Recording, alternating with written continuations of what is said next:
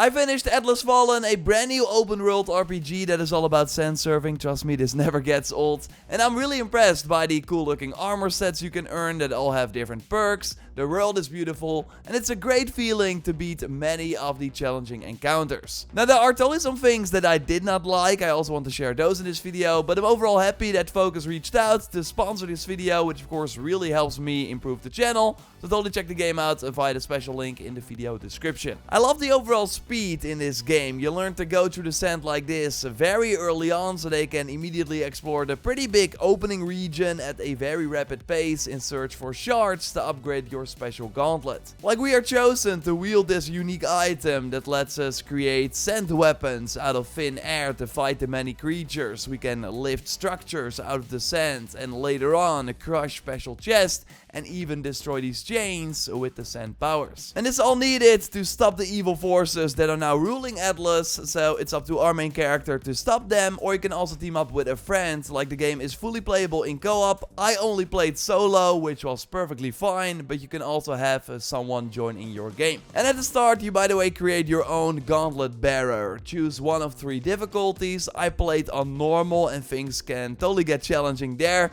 We'll by the way have some tips later on in the video as well. Now, the game totally takes some time to get going, but once you reach the first settlement and can then explore the desert on your own, things fall into place. You got some small open world activities like destroying statues, finding treasures, or activating these totems by following a beam of light from one to the next. There are some other platforming puzzles as well, like I was surprised by the amount of jumping and air dashing in this game, but it all feels great. Maybe the biggest surprise for me though were the side missions that come in blue and green. Blue are your more regular side missions with multiple steps, and green are the errands that are usually shorter objectives, although even those have small stories that are fully voiced. Like, sure, there are totally the go here to kill some creatures missions, but you can expect unique moments and objectives as well, like following an NPC that turned into a creature, or bribing a priest so he gives you a key that helps you free a prisoner. And this prisoner is by the way a character that shows up many times, just like some other side characters that constantly get into trouble. Like,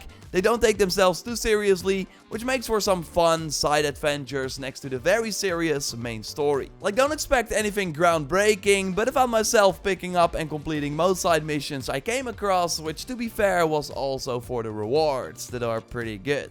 If you by the way like the video so far, leaving a like would be awesome, and subscribe for more overviews of new games like this. I always love it when you can view the rewards that you get from a mission in the menu already, and these can vary from resources, new abilities, cosmetics, and even armor sets. So you have specific armor sets that have their own stats and bonuses, but you can also customize each armor set to look like a different one, or even apply armor dyes to change the color of individual pieces with dyes that you can find throughout the game. And there are also special helmets that you can equip, so it's always nice to find them in a chest or from side content, as they can really alter your look. Like, one of Atlas Fallen's biggest strengths is, I think, how it makes exploring the open world and doing the side content rewarding, because you find these cosmetics that are always useful, that you can find new abilities that I will touch on in a bit, and it also really helps that essence dust, the most important resource in the game, is earned from killing enemies in the open world and completing quests too, and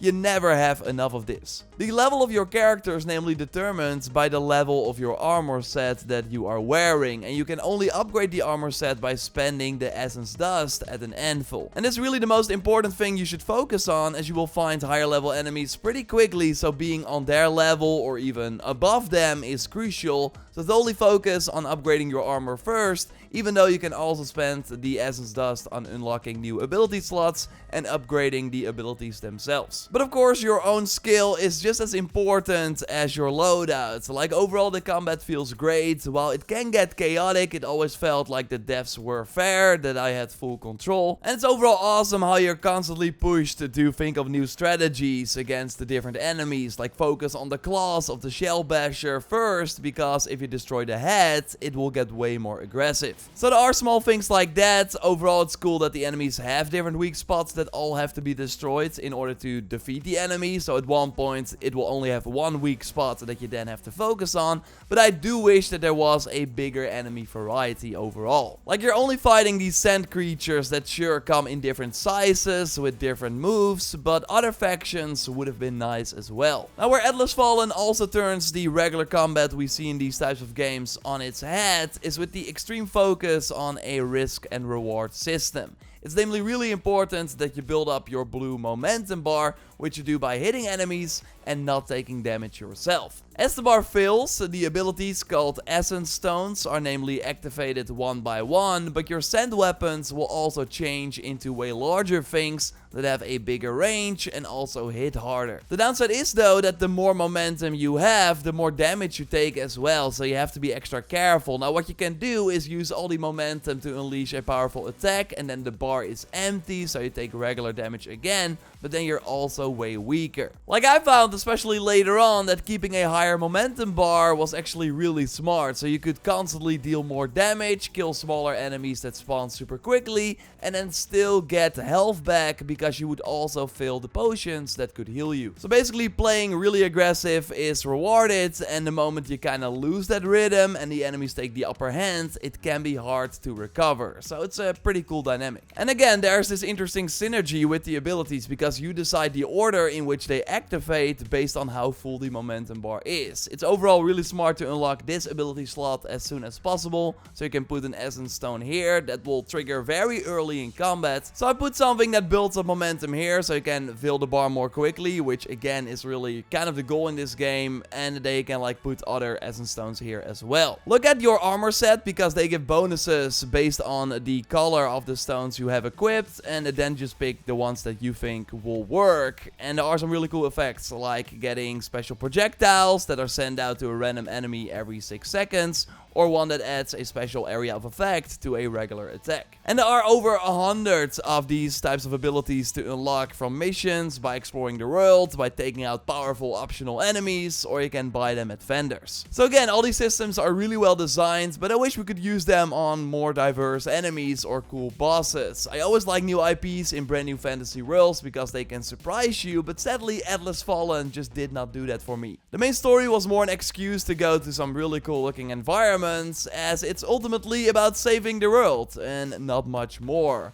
I could have used more set piece and memorable moments. Like, the core gameplay loop is totally solid, but expect not much more than that. Still, I like these types of games though, so I'm happy that I completed it. It took me 13 hours with still a lot of side content to do, even though I already did quite a lot of it. So you're easily looking at a 20-hour package, probably more if you want to do everything. It's also available at a slightly lower price. So for more info on the game, totally check out the special link in the video description. That would really support the channel as well. And if you have any questions, also let me know in the comments and I will do my best to answer them. Subscribe for more overview videos like this. I also made a big one on all the big 2023 games that still have to come out. You can watch it by clicking on the screen. A like would of course really be appreciated, and I will speak to you soon. Goodbye.